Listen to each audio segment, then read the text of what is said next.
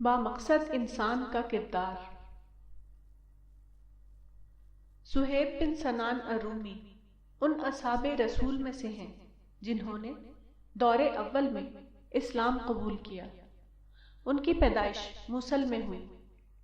انہوں نے مدینہ میں 38 ہجری میں وفات پائی۔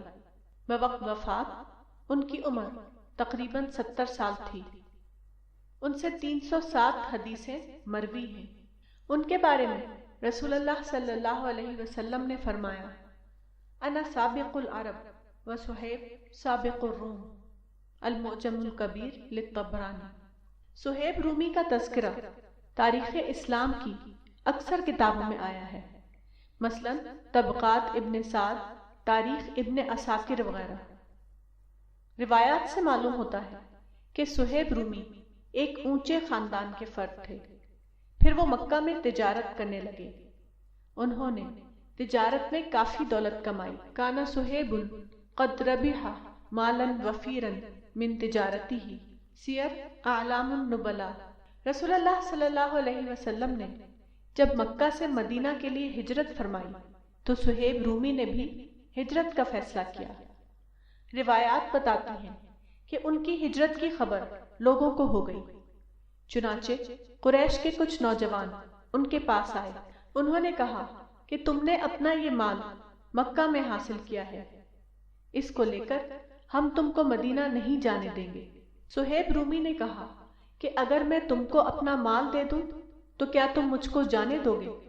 انہوں نے کہا کہ ہاں۔ اس کے بعد سہیب رومی نے اپنا سارا مال ان کے حوالے کر دیا۔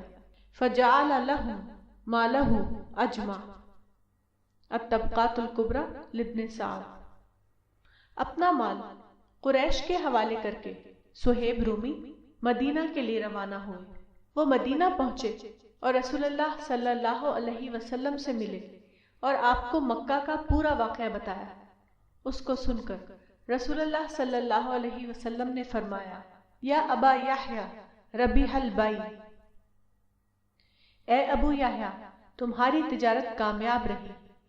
ایک اور روایت میں یہ الفاظ ہیں، ربیح سہیب ربیح سہیب، سہیب کی تجارت کامیاب رہی، سہیب کی تجارت کامیاب رہی۔ البدایہ والنہایہ لابن کثیر۔ حضرت سہیب رومی کا یہ واقعہ، جس کی تصدیق پیغمبر اسلام صلی اللہ علیہ وسلم نے فرمائی، بے حد اہم ہے۔ اس سے معلوم ہوتا ہے کہ بامقصد انسان کا کردار کیا ہونا چاہیے۔ اس کا کردار یہ ہونا چاہیے کہ وہ اپنے مقصد کے علاوہ ہر دوسری چیز کو ثانوی یعنی سیکنڈری درجے پر رکھے۔ وہ اپنے مقصد کو بچانے کی خاطر ہر دوسری چیز کی قربانی دینے کے لیے تیار رہے۔ مذکورہ واقعے پر غور کیجیے۔ حضرت سہیب رومی کے سامنے ایک صورت یہ تھی کہ وہ یہ سوچیں کہ یہ مال میں نے اپنی محنت سے کمایا ہے، وہ میرا ایک جائز حق ہے، مجھے اپنے حق سے محرومی کو قبول نہیں کرنا چاہیے۔ مجھے ہر حال میں اپنے مال کو اپنے قبضے میں رکھنا چاہیے، خواہ اس کے لیے مجھے ظالموں سے لڑائی لڑنی پڑے۔ دوسری صورت یہ تھی کہ وہ یہ سوچیں کہ مدینہ دعوت اسلامی کا مرکز بن رہا ہے، وہاں پہنچ کر مجھے اس دعوتی مہم میں شریک ہونا ہے۔ اسلام کے اس قافلے کے ساتھ مل کر مجھے چاہیے کہ میں اس تاریخی مہم کو اس کی تکمیل تک پہنچانے کی کوشش کروں۔ سہیب رومی نے محسوس کیا کہ یہ کم بہتر اور زیادہ بہتر کے درمیان انتخاب کا معاملہ ہے۔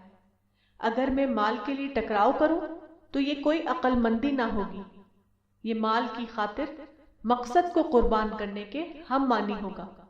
چنانچہ انہوں نے مقصد کو بچانے کی خاطر مال کو قربان کر دیا اور اس سے دستبردار ہو کر مدینہ چلے گئے۔ اس طرح کے معاملات میں سوچنے کے دو طریقے ہیں، ایک ہے منطقی انصاف کا طریقہ اور دوسرا ہے عملی حل کا طریقہ۔ منطقی انصاف کا مطلب یہ ہے کہ خالص فنی اعتبار سے صحیح اور غلط کو معلوم کیا جائے، جیسا کہ قانونی عدالت میں ہوتا ہے، اور دوسرا ہے عملی حل یعنی پریکٹیکل سلوشن۔ عملی حل کا مطلب یہ ہے کہ قانونی اعتبار سے صحیح اور غلط کی بحث میں نہ پڑا جائے، بلکہ یہ دیکھا جائے کہ عملی حالات کے اعتبار سے مسئلے کا مثبت حل کیا ہے۔ پہلا طریقہ عام انسان کا طریقہ ہے اور دوسرا طریقہ با مقصد انسان کا طریقہ۔ عام انسان کو صرف یہ معلوم رہتا ہے کہ قانون کے مطابق اس کا حق کیا ہے۔ اس کے برعکس با مقصد انسان قانونی حق اور منطقی انصاف سے بلند ہو کر یہ سوچتا ہے کہ میرے لیے اپنے مقصد اعلیٰ کو حاصل کرنے کا مفید طریقہ کیا ہے۔ سوچ میں اس فرق کی بنا پر عام انسان لوگوں کے ساتھ زر اور زمین کا جھگڑا کرتا رہتا ہے، کیونکہ اس کے سوا اس کا کوئی اور نشانہ حیات نہیں ہوتا۔ اس کے برعکس با مقصد انسان کا نظریہ حضرت مسیح کے الفاظ میں یہ ہوتا ہے کہ کوئی تمہارا کرتا لینا چاہے تو اس کو اپنا چوغا بھی دے دو، یعنی دنیاوی چیزوں کے معاملے میں نزاع پیدا ہو تو فوراً یک طرفہ قربانی کے ذریعے اس نزاع کو ختم کر دو، تاکہ مقصد کی طرف تمہارا سفر کسی خلل کے بغیر مسلسل طور پر جاری رہے۔ اس طرح کے نزاعی معاملات میں عام انسان کا قول یہ ہوتا ہے کہ ہم اپنا حق کیوں چھوڑیں، ہم انصاف سے دستبردار کیوں ہوں۔ مگر بامقصد انسان کی سوچ یہ ہوتی ہے کہ دنیاوی حق کو لینے کی کوشش میں وہ ربانی حق سے محروم ہو جائے گا، دنیاوی انصاف کو حاصل کرنے کی لڑائی میں وہ آخرت کے انصاف کی میزان میں اپنے آپ کو بے قیمت کر لے گا۔ سوچنے کا یہی فرق دونوں کے عمل میں فرق پیدا کر دیتا ہے۔ ایک دنیا کی خاطر آخرت کو گنوا دیتا ہے اور دوسرا آخرت کی خاطر دنیا کو۔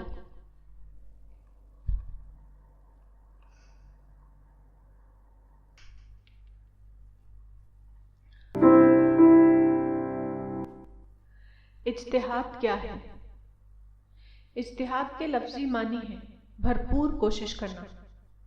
شریعت میں یہ لفظ اس فکری کوشش کے لیے بولا جاتا ہے جبکہ نئے حالات کے اندر قرآن و سنت کی روشنی میں دین کا از سر نو انطباق یعنی ری ایپلیکیشن معلوم کرنے کی کوشش کی جائے۔ یہ اجتہاد احکام کے استنباط کے سلسلے میں ایک اہم اصول کی حیثیت رکھتا ہے۔ حقیقت یہ ہے کہ حالات اور زمانے کی تبدیلی سے بار بار ایسی صورتیں پیش آتی ہیں جبکہ دین کی اصل روح کو برقرار رکھتے ہوئے نئے حالات میں ان کا اثر نو انطباق تلاش کیا جائے۔ اجتہاد کا یہ عمل اسلام کی تاریخ میں مسلسل جاری رہا ہے، پیغمبر اسلام کی زندگی میں بھی اور پیغمبر کی وفات کے بعد بھی۔ مگر اسلام کی بعد کی صدیوں میں ایسا ہوا کہ بعض اسباب سے اجتہاد کا یہ عمل زیادہ تر جزئی مسائل تک محدود ہو کر رہ گیا۔ کلی یا بنیادی نوعیت کے مسائل میں اجتہاد کا یہ عمل حقیقی طور پر جاری ہی نہ ہو سکا۔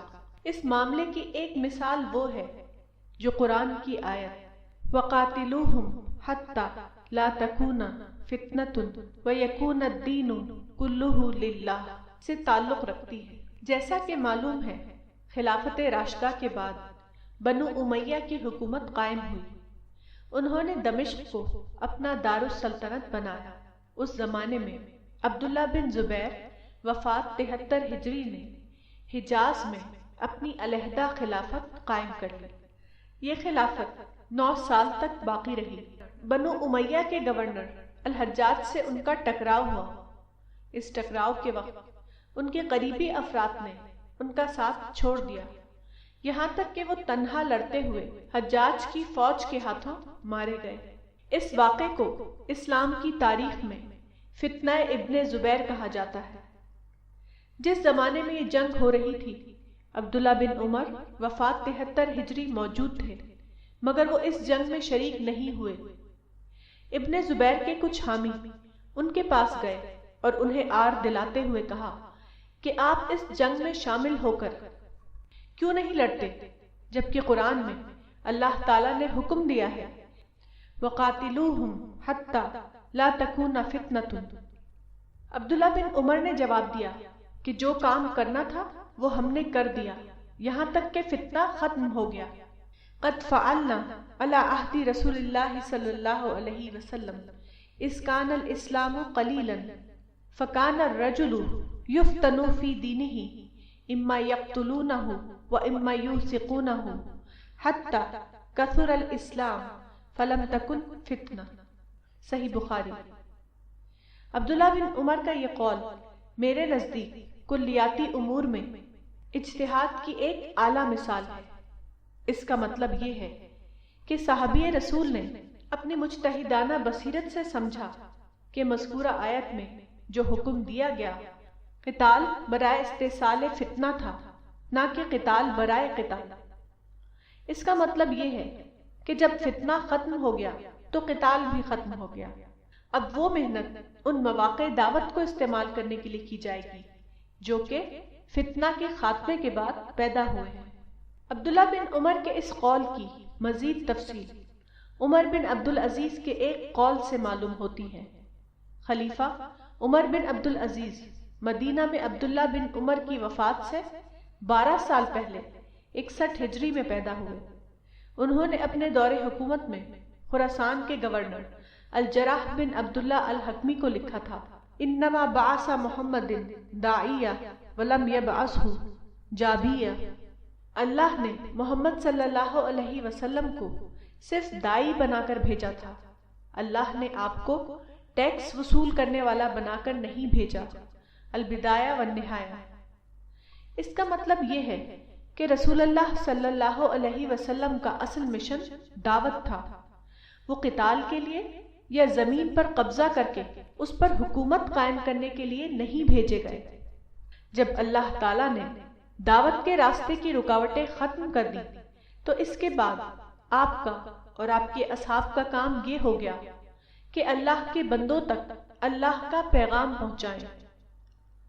یہ اجتہاد کی وہ مثالیں ہیں جو ایک جلیل القدر صحابی اور ایک جلیل القدر تابعی نے دور اول میں قائم کی، مگر اس کے باوجود ہم دیکھتے ہیں کہ بعد کی تاریخ میں ان کا یہ اجتہاد عملاً رائج نہ ہو سکا۔ مسلمانوں کی بعد کی نسلیں بدستور جنگ و قتال میں مشغول رہیں اور آج تک مشغول ہیں۔ وہ حقیقی طور پر دعوت کے میدان میں سرگرم نہ ہو سکی۔ اگرچہ بعد کی صدیوں میں بھی اسلام مسلسل پھیلتا رہا ہے، مگر وہ زیادہ تر اپنی فطری کشش کے زور پر پھیلا ہے، نہ کہ داعیوں اور مبلغوں کی کسی منظم کوشش کے زور پر۔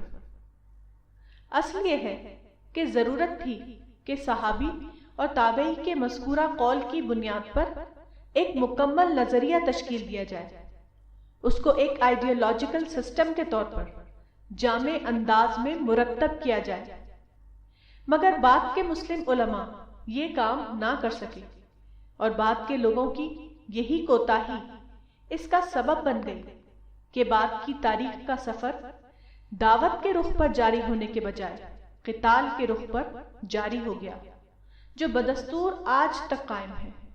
اس معاملے کی وضاحت کے لیے ایک متوازی مثال لیجیے۔ رسول اللہ صلی اللہ علیہ وسلم نے فرمایا تھا، کما تکونون یولا او یؤمر علیکم، مسند الشہاب القضائی، یعنی جیسے تم ہوگے ویسے ہی تمہارے حکمران ہوں گے۔ اس حدیث میں ایک عظیم حقیقت کی طرف اشارہ کیا گیا تھا۔ قدیم زمانے میں سیاست کا مرکز بادشاہ ہوا کرتے تھے۔ اس قول میں اس جمہوری اصول کی طرف رہنمائی دی گئی جس میں سیاست کا مرکز عوام ہو۔ قدیم سیاسی نظام کی بابت عربی میں یہ مقولہ تھا، الناس علی دین ملوکہم۔ مذکورہ قول رسول میں اس مقولے کو گویا بدل کر اس طرح کر دیا گیا، الملوک علی دین الناس۔ اس معاملے کا ایک پہلو یہ تھا کہ تاریخ کو بادشاہ رخی ہونے کے بجائے عوام رخی ہونا چاہیے۔ قدیم زمانے میں تاریخ بادشاہ نامہ ہوا کرتی تھی۔ بادشاہوں کے واقعات کو قلم بند کرنے کا نام تاریخ تھا۔ مذکورہ قول رسول میں یہ رہنمائی تھی کہ تاریخ کو وسیع تر معنوں میں پوری انسانیت کے احوال پر مبنی ہونا چاہیے، نہ کہ صرف حاکم کے احوال پر۔ قول رسول میں مذکورہ اشاراتی رہنمائی کے باوجود بعد کی کئی صدیوں تک تاریخ نویسی کا یہ طریقہ عملاً جاری نہ ہو سکا، حتیٰ کہ اس دور میں اسلام کی جو تاریخیں لکھی گئیں وہ بھی قدیم طریقے کے مطابق زیادہ تر سیاسی احوال تک محدود رہیں۔ اس کی وجہ یہی تھی کہ مذکورہ مجتہدانہ اصول کی بنیاد پر تاریخ نویسی کا ایک مکمل فلسفہ تیار نہ کیا جا سکا۔ یہ کام پہلی بار ابن خلدون وفات 808 ہجری نے کیا۔ ابن خلدون نے اپنے مشہور مقدمے میں تاریخ نویسی کے جدید اصول کو ایک مکمل فلسفے کی شکل میں مرتب کیا۔ اس کی یہ کتاب اتنی اہم تھی کہ دنیا کی تمام بڑی بڑی زبانوں میں اس کے ترجمے کیے گئے۔ اس کتاب نے عالمی ذہن پر زبردست اثر ڈالا، یہاں تک کہ اس کے بعد تاریخ نویسی کا قدیم اسلوب ختم ہو گیا اور جدید اسلوب ساری دنیا میں رائج ہوا۔ ابن خلدون نے جس طرح تاریخ نویسی کے معاملے میں مذکورہ قول رسول کو ایک جامع نظام فکر کی صورت میں مرتب کیا، ضرورت تھی کہ اسی طرح دعوت کے معاملے کو بھی ایک جامع نظام فکر کی صورت میں مرتب کیا جائے، مگر اس کام کے لیے اجتہاد کلی کی صلاحیت درکار تھی، جبکہ ہمارے علماء اجتہاد کو جزئی مسائل تک محدود کیے ہوئے تھے۔ یہی واحد وجہ ہے جس کی بنا پر ایسا ہوا کہ دعوت کی بنیاد پر جامع نظام فکر تشکیل نہ دیا جا سکا۔ موجودہ زمانے میں مسلمانوں کا جو فکر ہے اس کی ایک نمائندگی الاخوان المسلمون کے ذریعے ہوتی ہے۔ الاخوان المسلمون 1920 میں مصر میں قائم کی گئی۔ اس کے ابتدائی لیڈر حسن البنا اور سید قطب وغیرہ تھے۔ اس کو غیر معمولی پھیلاؤ حاصل ہوا۔ الاخوان المسلمون نے اپنے عقیدہ و عمل کے لیے جو نعرہ اختیار کیا وہ یہ تھا: الاسلام دیننا والجہاد منہجنا، یعنی اسلام ہمارا دین ہے اور جہاد ہمارا طریق عمل ہے۔ لیکن مجتہدانہ بصیرت کے ساتھ حالات کا مطالعہ کیا جائے تو معلوم ہوگا کہ اس وقت اخوانی لیڈروں کو یہ جاننا چاہیے تھا کہ ان کے لیے زیادہ مؤثر اور نتیجہ خیز طریقہ وہ ہے جو مبنی بر امن ہو، نہ کہ مبنی بر تشدد۔ اس لحاظ سے زیادہ صحیح بات یہ تھی کہ الاسلام دیننا والدعوت منہجنا، اسلام ہمارا دین ہے اور دعوت ہمارا طریق عمل ہے۔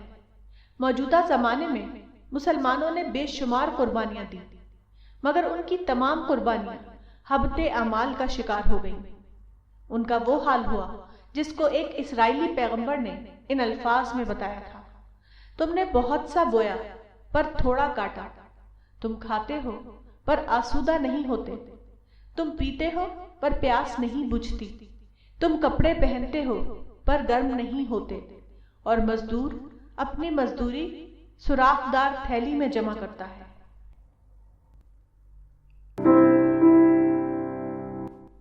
اسلام امن و رحمت کا مذہب۔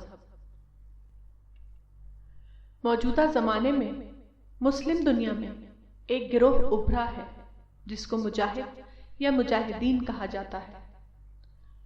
بہت سے لوگ ان کو مسلم ہیرو کی نظر سے دیکھتے ہیں، مگر حقیقت یہ ہے کہ ان مجاہدین کا تعلق نہ جہاد سے ہے اور نہ اسلام سے۔ حدیث میں آیا ہے کہ پیغمبر اسلام نے فرمایا: المجاہد من جاہد نفسہ فی طاعت اللہ، یعنی مجاہد وہ ہے جو اللہ کی فرما برداری کے لیے خود اپنے نفس سے جہاد کرے۔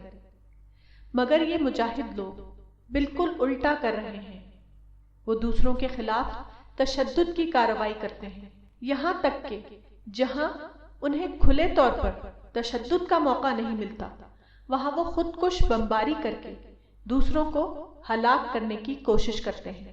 یہ نام نہاد مجاہد سڑکوں اور راستوں پر لینڈ مائن بچھا دیتے ہیں، اور جب گزرنے والے وہاں سے گزرتے ہیں تو اچانک دھماکہ ہوتا ہے جس میں کتنے ہی مسافر ہلاک ہو جاتے ہیں۔ وہ جلسہ گاہ اور تھیٹر ہال میں بم مار کر لوگوں کو ہلاک کرتے ہیں۔ وہ بے قصور لوگوں کو یرغمال بنا کر سینکڑوں خاندانوں کو سوگوار کر دیتے ہیں۔ وہ بے قصور لوگوں کو مارنے میں یہاں تک جری ہوتے ہیں کہ اس معاملے میں وہ مسلمان اور غیر مسلمان کا فرق بھی نہیں کرتے۔ وہ کسی آبادی یا کسی بھی مجمع یا بلڈنگ میں دھماکہ کر کے ہزاروں لوگوں کو بے قصور مار ڈالتے ہیں۔ یہ لوگ اتنے نادان ہیں کہ اس قسم کا دھماکہ کر کے یہ سمجھتے ہیں کہ وہ اس سے خدا کو خوش کر رہے ہیں، حالانکہ وہ اپنے اس فعل سے صرف شیطان کو خوش کر رہے ہوتے ہیں۔ اسلام کی تعلیمات کے مطابق جنگ یا تشدد کسی بھی حال میں جائز نہیں ہے۔ کسی بھی شخص یا گروہ کے لیے ہرگز جائز نہیں کہ وہ بطور خود ایک نظریہ بنائے اور اس خود ساختہ نظریے کی بنیاد پر اپنے آپ کو درست سمجھتے ہوئے کسی کے خلاف تشدد شروع کر دے۔ اسلام میں جنگ اور تشدد کے لیے بہت شدید قسم کی شرائط مقرر کی گئی ہیں۔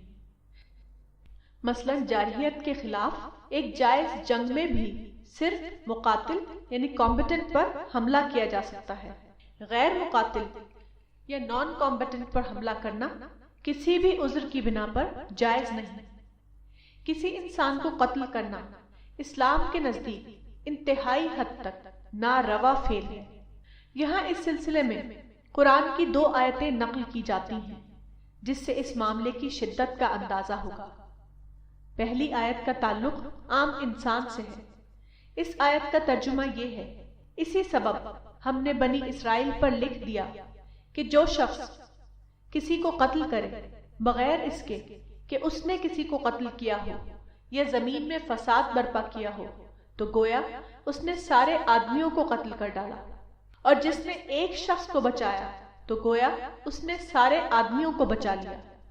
دوسری آیت مومن کے قتل کے بارے میں ہے۔ اس کا ترجمہ یہ ہے: اور جو شخص کسی مسلمان کو جان کر قتل کرے تو اس کی سزا جہنم ہے جس میں وہ ہمیشہ رہے گا، اور اس پر اللہ کا غضب اور اس کی لعنت ہے، اور اللہ نے اس کے لیے بڑا عذاب تیار کر رکھا ہے۔ قرآن کی یہ 2 آیتیں وہ ہیں جن میں قتل کی برائی کو بیان کیا گیا ہے۔ جہاں تک قتل سے کم درجے کے تشدد کی بات ہے، وہ بھی اسلام میں اتنا زیادہ نامحمود ہے کہ جو لوگ اس میں ملوث ہوں اور اس سے توبہ نہ کریں تو ان کا ایمان اور اسلام ہی مشتبہ ہو جائے گا۔ اس سلسلے میں ایک حدیث رسول یہاں نقل کی جاتی ہے۔ اس کا ترجمہ یہ ہے: خدا کی قسم وہ مومن نہیں ہے، خدا کی قسم وہ مومن نہیں ہے، خدا کی قسم وہ مومن نہیں ہے جس کی بری حرکتوں سے اس کا پڑوسی امن میں نہ ہو۔ مسند احمد۔ خلاصہ یہ ہے کہ اسلام میں صرف ایک ہی جنگ جائز ہے، اور وہ کھلی جارحیت کے خلاف حکومت کے تحت دفاعی جنگ ہے۔ کوئی اور جنگ مثلا جارحانہ جنگ بلا عنوان جنگ کی اسلام میں اجازت نہیں۔ اس طرح وہ جنگیں بھی اسلام میں جائز نہیں ہیں جن کو پروکسی وار اور گوریلا وار کہا جاتا ہے۔ اسلام مکمل معنوں میں امن اور رحمت کا مذہب ہے۔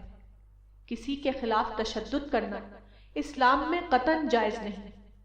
کسی کو بھی یہ حق نہیں کہ وہ ایک خود ساختہ عذر تراشے اور اس کے نام پر لوگوں کے خلاف تشدد شروع کر دے۔